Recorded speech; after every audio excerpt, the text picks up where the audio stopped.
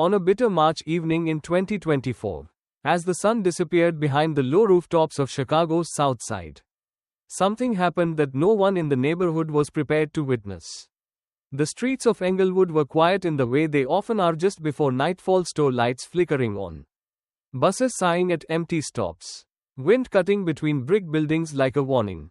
It was the kind of ordinary moment that usually passes unnoticed. But that night, an ordinary moment became the beginning of a story that would challenge everything people thought they understood about faith, grief, and the boundaries between religions. Near a small family-owned grocery store, a man stood alone by a dumpster, his shoulders heavy, his movements slow and deliberate. Some recognized him immediately. He was the local Imam, a familiar figure who had walked these streets for years, someone known for quiet greetings, interfaith meetings, and calm words offered during community tensions. To many, he represented stability, spiritual leadership, and restraint. No one expected what came next. In his hands was a small statue, no more than a few inches tall. A woman dressed in blue and white, her hands folded in prayer. Christians passing by would have recognized her instantly as the Virgin Mary. Others might have seen only a religious symbol out of place on a cold Chicago sidewalk. But everyone would have understood the weight of what it represented. Moments later, the statue disappeared into the trash, landing among discarded boxes and broken bottles. From a distance, a store owner paused mid-task, confused by what she was seeing. A delivery driver slowed his steps, sensing something unsettling without fully grasping why. For a brief instant, time seemed to hesitate, as if the neighborhood itself was holding its breath. An imam throwing away an image of the Virgin Mary was not just unexpected, it felt unthinkable. In a city already sensitive to religious and cultural division, this single act carried the potential to ignite outrage, resentment, even violence. Yet the man did not walk away in triumph. He hesitated, staring into the dumpster as if realizing too late what he had done. His face reflected not anger, but devastation, raw, unguarded, and deeply human. Those who later spoke of that moment would say the same thing. It didn't look like hatred. It looked like heartbreak. Word of the incident would spread quickly, as stories always do in tight-knit neighborhoods. People would argue about what it meant, speculate about motives, and brace for conflict. Many assumed this would become another headline about division, another example of faith colliding with faith in modern America. No one imagined that this single, shocking moment would instead become the first chapter of an extraordinary story, one marked not by outrage, but by grace, forgiveness, and a quiet miracle that would ripple far beyond that cold Chicago street. To understand why that moment unfolded the way it did, one had to understand the man at its center. To the neighborhood, he was known as David Rahman, the Imam of the Southside Islamic Community Center. To city officials, he was a calm mediator during tense meetings. To immigrant families, he was the man who translated paperwork, buried the dead, married the young, and listened when no one else would. But behind those roles lived a story few Americans ever heard in full. David had arrived in the United States nearly a decade earlier as a refugee, carrying a single suitcase and a past that could not be packed away. He had once lived in a city that no longer existed as he remembered it.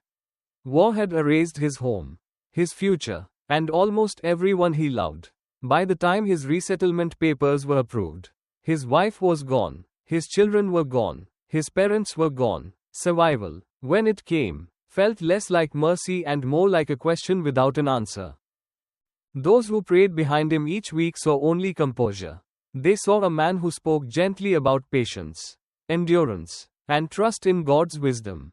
What they did not see were the nights he lay awake staring at the ceiling of his small apartment, replaying memories he could not silence.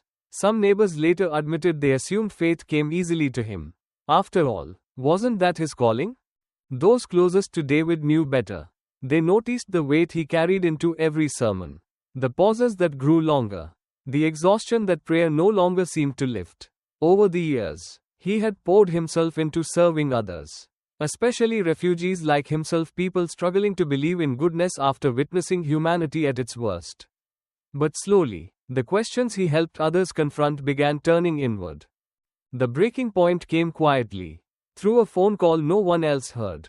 His niece Layla, the last remaining thread to his former life, had died in a refugee camp overseas. 19 years old. Treatable illness. No money for medicine. When the news reached Chicago, something inside David fractured. For the first time in decades of religious devotion, he could not explain suffering as part of a greater plan. He could not reconcile prayer with loss. Congregation members sensed a change. He cancelled meetings. His voice weakened during services. A volunteer recalled thinking he looked older overnight. Even so, few imagined the depth of his crisis. In a country where religious leaders are expected to be unwavering, doubt is rarely visible. David carried his silently, ashamed that the man entrusted with guiding others no longer trusted his own faith. To some, he was still an imam. To others, a refugee success story. But beneath those identities stood a grieving man asking the most dangerous question of all: what if everything I believed no longer holds? And it was that unanswered question, heavy, unresolved, and deeply human, that set the stage for what would follow next. In the weeks that followed his niece's death, David Rahman continued to move through the city as expected of him. But those who watched closely sensed something unraveling beneath the surface. At the mosque, prayers still echoed, shoes still lined the entrance, and familiar faces still nodded in respect as he passed. Yet his presence felt altered, as though part of him remained somewhere far away, trapped in a memory no one else could reach. From the perspective of congregants, the change appeared subtle. His sermons grew shorter. His words, once steady and reassuring, now circled the same themes: suffering, silence, endurance without resolution. A longtime board member later admitted that David seemed to speak around faith rather than from it. Volunteers noticed how often he stayed behind after everyone left, sitting alone in the prayer hall long after the lights should have been turned off. At home, the struggle deepened. The apartment that once served as a quiet refuge became a place of confrontation. Family photographs he had kept tucked away resurfaced, reminders of a life erased by war and distance. Prayer, once instinctive, now felt mechanical. He would stand, begin the familiar motions, and then stop, frozen by a single thought: why continue asking, if no answer ever comes? Friends from other faiths reached out, sensing his withdrawal. A Catholic community organizer remembered inviting him for coffee, only to be met with polite excuses. A social worker who had known him for years described the look in his eyes as someone still standing, but already exhausted by standing. To them, David was not a religious leader in crisis, he was a grieving man running out of language for his pain. The most unsettling change was internal. For the first time since childhood, David felt anger not at people, but at God. It surfaced unexpectedly, in moments of quiet, when he passed hospitals, playgrounds, or grocery store aisles filled with families. He questioned why some lives were protected while others disappeared without notice. These thoughts frightened him more than grief itself. Doubt could be hidden. Anger felt like betrayal. That tension followed him everywhere. During interfaith gatherings, he listened as others spoke about hope and unity, nodding automatically while feeling increasingly detached. Their certainty sounded distant, almost unreal. In private, he began avoiding religious symbols altogether, as if they reminded him of promises that had failed to materialize. Those closest to him would later say the crisis was invisible because David never let it surface fully. He smiled, he served, he fulfilled his duties, but beneath that discipline was a man quietly collapsing under unanswered prayers. Unsure whether faith was something that healed or something that demanded more than he could give. By the time spring arrived in Chicago, David Rahman was no longer simply wrestling with loss. He was standing at the edge of belief itself, unsure whether to step forward or let go. The day everything shifted began without warning or ceremony. It was an unremarkable weekday morning, gray and restless, the kind Chicago seemed to specialize in. David Rahman did not wake with a plan. He simply did not go to the mosque. Messages went unanswered. Appointments were quietly missed. For the first time since his arrival in America, the role that had defined him loosened its grip. Neighbors later recalled seeing him walking aimlessly through the streets, coat unbuttoned against the cold, his pace uneven as if he was searching for something without knowing what it was. He moved past familiar landmarks without acknowledgement, the community center where he once mediated disputes, the cafe where interfaith leaders gathered, the bus stop where refugees often waited with paperwork clutched in their hands. To the city, he was just another man wandering. To those who recognized him, something felt wrong. From a distance, a shopkeeper noticed David pause outside a Catholic church he had visited many times before for community events. He did not go inside. He stood across the street, staring at the stone facade, watching people enter and exit with quiet purpose. A woman lighting a candle inside would later remember feeling strangely unsettled, unaware that someone outside was wrestling with questions she had long since made peace with. David walked for hours, past neighborhoods he barely knew, past schools letting out children whose laughter cut sharply through his thoughts. Hunger came and went unnoticed. What remained constant was the weight pressing against his chest, the sense that fate, once a compass, had become a closed circle leading nowhere. Every step felt both necessary and meaningless. Those who passed him that afternoon saw fragments of the man he had been.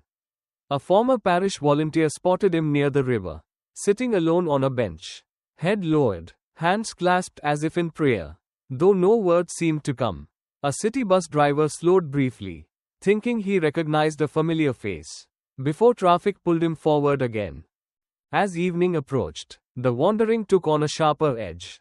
Desperation replaced fatigue. The question that had haunted him for months, why continue, now demanded an answer. Not tomorrow, not after reflection, now. In the growing darkness, religious symbols he once avoided began to appear everywhere, crosses in windows, statues in gardens, small signs of belief woven into the city's landscape. When David finally stopped walking, it was not because he had found clarity. It was because he had reached the limits of his own endurance. He stood still, caught between anger and exhaustion, between belief and surrender. Those who would later retrace his steps would say the same thing. That day was not about rejection or rebellion. It was about a man who had walked so far into despair that turning back no longer seemed possible, and who had no idea that the next moment would change the direction of his life forever. It happened not in a sanctuary, but behind a row of aging storefronts where the city seemed to forget itself. As night settled in, David Rahman found himself standing near a narrow alley lit by a single flickering street lamp. The air smelled of damp concrete and old paper. It was there, tucked beside a dumpster, half hidden by shadows, that something caught his eye. A small statue lay among discarded boxes and torn plastic bags. A woman in blue and white, hands folded, her face calm beyond explanation. To a passing pedestrian, it might have looked like trash. To a Catholic volunteer who later walked that same alley, it was unmistakable, the Virgin Mary. David froze. He did not approach it first. From across the alley, he stared at the figure as if it were a memory made solid. He had seen images of her countless times at interfaith events, in churches, on candles lit during community vigils. He had respected her as a symbol of another faith. What he had never expected was the reaction now rising in his chest. Witnesses would later describe seeing him kneel suddenly, as though his body had decided before his mind could object. His breathing grew uneven. The city noise faded into something distant and unreal. In that suspended moment, grief, anger, and exhaustion collided and then fell silent. What followed defied easy explanation. David later struggled to put it into words. And those who heard the account disagreed on what mattered most, the details or the transformation. He did not describe a voice echoing through the alley, nor a vision that broke the laws of nature. What he spoke of instead was presence, overwhelming, unmistakable, and impossibly gentle.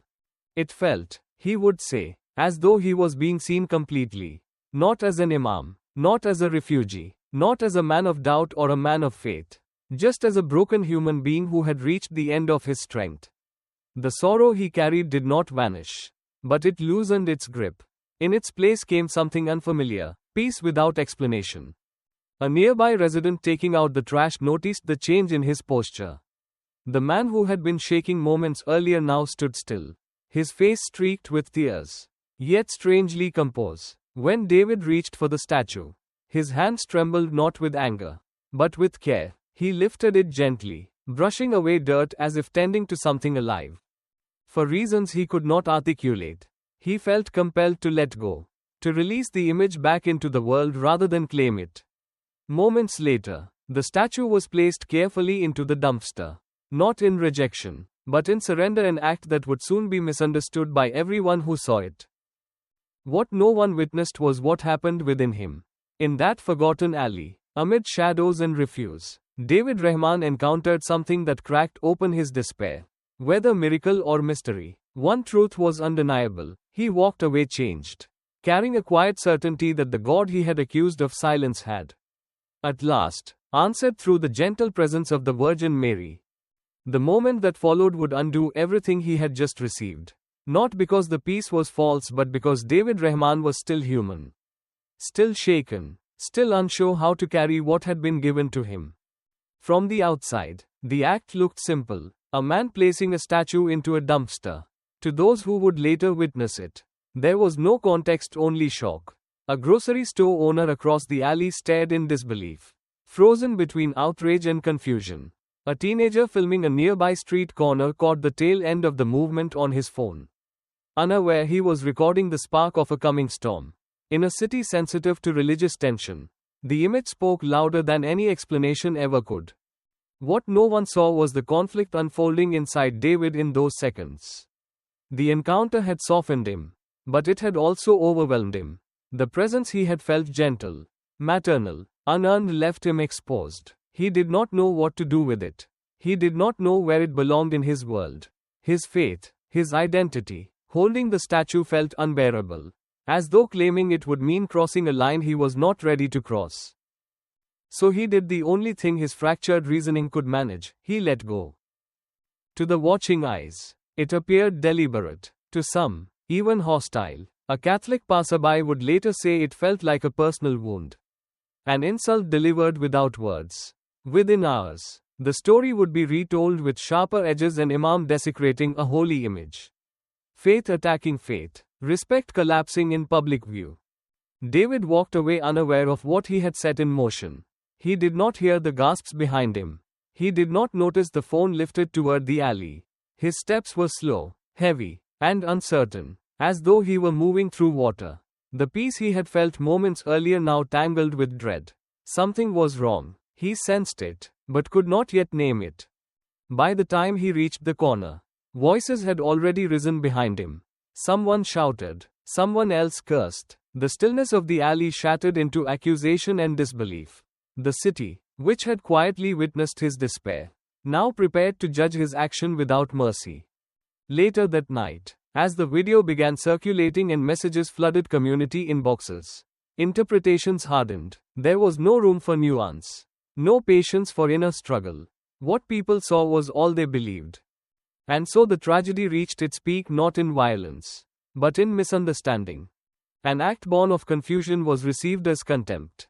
A moment meant as release became a symbol of offense. And the man who had just encountered unexpected grace now stood on the edge of public condemnation, about to face consequences far heavier than he ever imagined. What would come next would test not only David Rahman but the very faith of everyone watching. She had not planned to be there that night. For Margaret O'Connor, the walk to the small grocery store behind the church was part of a routine shaped by decades slow, deliberate, and familiar. At 78, she no longer drove after dark, and the alley behind the storefronts offered the shortest path home. It was a route she had taken hundreds of times without incident. Until that evening. From her position near the entrance of the alley, Margaret saw the man before she saw the act. He stood beneath the street lamp, shoulders slumped, his posture heavy with something she could not name. She did not recognize him at first. To her, he was simply a stranger caught in a private struggle, the kind of pain she had learned not to interrupt. Then she saw the statue. Even from several steps away, there was no mistaking it. The blue mantle, the folded hands, the familiar serenity she had prayed before since childhood. For Margaret, the Virgin Mary was not an abstract symbol or theological idea. She was comfort during miscarriages, strength through widowhood, presence in hospital rooms where words failed. Seeing that image in a place like this felt jarring, almost wrong. Margaret slowed, uncertain whether to continue walking or turn back. She watched as the man lifted the statue with care, brushing away dirt as though handling something fragile. That detail stayed with her later. Whatever else might be said, his hands did not move in anger. His face, illuminated briefly by the flickering light, was streaked with tears. When he placed the statue into the dumpster, Margaret gasped before she could stop herself. The sound was small, but it broke the silence. The man turned slightly, startled, as though only then realizing he was not alone. Their eyes met for a fraction of a second. In his, Margaret saw not defiance, but confusion raw and unguarded. She wanted to speak, to ask why, to stop him, but years of lived faith had taught her restraint. Some moments were not meant to be confronted, only witnessed. The man walked away, disappearing around the corner, leaving the alley heavy with unanswered questions. Margaret approached the dumpster slowly, heart pounding. With effort, she reached in and lifted the statue out, cradling it against her coat. It was cold, smudged, but intact. She whispered a prayer without thinking less for herself than for the man who had walked away. Later, when neighbors argued and voices sharpened, Margaret would tell anyone who asked the same thing. She had seen his face. She had seen his hands. Whatever the world decided about that moment, she knew one truth with certainty: the act she witnessed was not born of hatred. It was born of pain. What happened next unfolded quietly, almost deliberately, as if grace itself refused spectacle. Margaret O'Connor did not call the police. She did not alert the church or confront anyone in the alley. Instead, she carried the statue home, wrapped in her scarf, treating it with the same reverence she once used when lifting her own children from sleep. From her kitchen window, the city lights flickered as she cleaned the statue carefully, wiping away grime with warm water and a soft cloth. Chips along the base told a story of neglect and distance. But the face remained untouched, calm, patient, unchanged. To Margaret, that felt important. She placed the statue on her small dining table and lit a candle, not out of defiance or drama, but habit. Prayer followed naturally. Across the neighborhood, reactions were unfolding very differently. The short video taken in the alley began circulating by morning. Without context, the images hardened quickly into accusation. Conversations grew sharper. Assumptions filled the gaps where understanding should have been. David Rahman's name surfaced alongside words like disrespect and provocation, though few had spoken to him directly. Yet something else was happening, quieter and less visible. At the parish office, a young volunteer listened as Margaret recounted what she had seen. Not the headlines, not the outrage, the details: the trembling hands, the tears, the hesitation. Her voice did not waver. That man was not attacking, she said simply. He was breaking. Word traveled slowly, but it traveled. A priest shared the account privately with community leaders. An interfaith coordinator, who had known David for years, paused before forwarding another angry message. A Catholic school teacher told her class that reverence included restraint. Each response was small, unremarkable on its own. Together, they began to shift the tone. That Sunday, the statue returned not to the alley, but to a side chapel of the church near where it had been found. No announcement was made, no explanation offered. It simply appeared, placed near the candles where people paused between prayers. Some recognized it, others did not, but many noticed something they could not name: a sense of return. As if something that had been displaced had chosen its way back. Margaret attended the early mass and stood quietly near the chapel afterward. She watched as people approached the statue, some curious, some emotional, some unaware of the story entirely. To her, this was the point. Grace did not demand recognition. It moved whether people noticed or not. Across town, David Rahman felt the shift before he understood it. The anger he expected did not arrive all at once. Instead, there were pauses, questions, invitations to talk rather than accusations to endure. Something had intervened, not to erase his mistake, but to soften its consequences. The Virgin Mary had returned not as an object reclaimed, but as a presence reasserted. And through her quiet movement, grace had begun its work, stitching together what misunderstanding had torn apart. The meeting did not happen on a stage or behind closed doors. And it was not arranged by lawyers or press officers. It began with a phone call that almost went unanswered. David Rahman stared at the screen for several seconds before answering, bracing himself for condemnation. Instead, the voice on the other end was calm, unfamiliar, and unexpectedly gentle. By the time he arrived at the parish office 2 days later, tension had already shaped the room. A priest sat quietly near the window. An interfaith coordinator leaned against the wall, arms crossed not in judgment, but concern. And near the small table by the door sat Margaret O'Connor, hands folded, posture steady, eyes attentive. From the moment David saw her, something shifted. He recognized her instantly, not by name, but by presence. She was the woman from the alley, the witness, the one face he could not forget. No one spoke at first. Silence filled the room, heavy but not hostile. When David finally began, his words came slowly, unevenly. He did not defend himself. He did not explain theology or intention.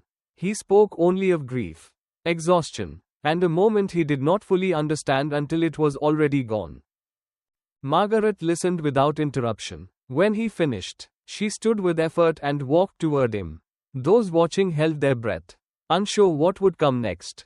Instead of accusation, she reached out and placed her hand lightly on his arm. "I saw your pain," she said, "before I saw the statue." The simplicity of the words unraveled him. David lowered his head, shoulders trembling. For the first time since the alley, he allowed himself to be fully seen, not as a headline, not as a symbol, but as a man who had reached the limits of his strength. Others in the room felt it too. The priest later described it as a moment when argument became unnecessary. The interfaith coordinator would say it was the first time in weeks that fear released its hold. No one needed convincing. Understanding had arrived on its own. Margaret told her part of the story, then not to absolve, but to complete it. She spoke of the trembling hands, the tears, the care with which the statue had been lifted and cleaned. She spoke of prayer not for justice or apology, but for mercy. By the end of the meeting, no formal resolution had been reached. There were no statements prepared, no agreements signed, and yet, something irreversible had occurred. David left the parish not lighter, but steadier. The burden remained, but it was no longer carried alone. Those who witnessed the meeting would later agree on one thing: that was the moment the story changed. Not because conflict disappeared, but because grace was allowed to speak louder than offense. What had begun in misunderstanding was now moving toward meaning. And for David Rahman, for Margaret O'Connor, and for everyone quietly watching, that meeting became the point where despair loosened its grip and a different future became possible. No one could point to a single moment and say, "This is where the miracle happened." There was no sudden conversion, no public declaration meant for headlines.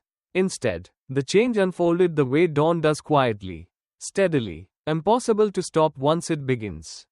In the weeks that followed the meeting, something unusual took shape across the neighborhood. Tension did not vanish, but it softened. Conversations replaced accusations. People who had once spoken about one another began speaking with one another. Interfaith gatherings resumed, not as symbolic gestures, but as necessary acts of healing. The story that many feared would divide instead began to bind. David Rahman did not leave his role, nor did he rush toward a new identity. What changed was subtler, and far more difficult. He returned to his community with honesty instead of certainty. His sermons no longer offered easy answers, but they carried something else: humility. Those listening noticed it immediately. Some said his words reached deeper than before, precisely because they came from a place of lived doubt and hard-won peace. Margaret O'Connor continued her routines as she always had: morning mass, evening walks, quiet prayer. Yet people began stopping her on the street, asking questions not about doctrine, but about mercy. She answered the same way every time, by describing a man's tears before describing an action.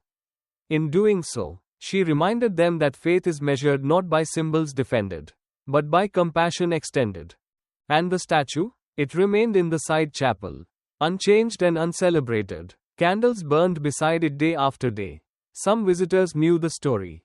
Most did not, but many felt something there: a stillness, A reassurance. A sense that grace often moves through the least expected paths. If there was a miracle, it was this: a moment of misunderstanding became an invitation to see one another fully. Pain did not harden into hatred. Offense did not eclipse mercy. Instead, hearts adjusted slowly, imperfectly, but truly. In a world accustomed to loud divisions, the quiet outcome surprised everyone. And perhaps that is where the Virgin Mary's light shines brightest, not in spectacle, but in the gentle turning of hearts, where no one thought change was possible. If stories like this move you, challenge you, or remind you that grace still works in unexpected ways, subscribe to the channel Mary's Light in the Darkness. Stay with us, and let these stories of faith, hope, and quiet miracles continue to unfold.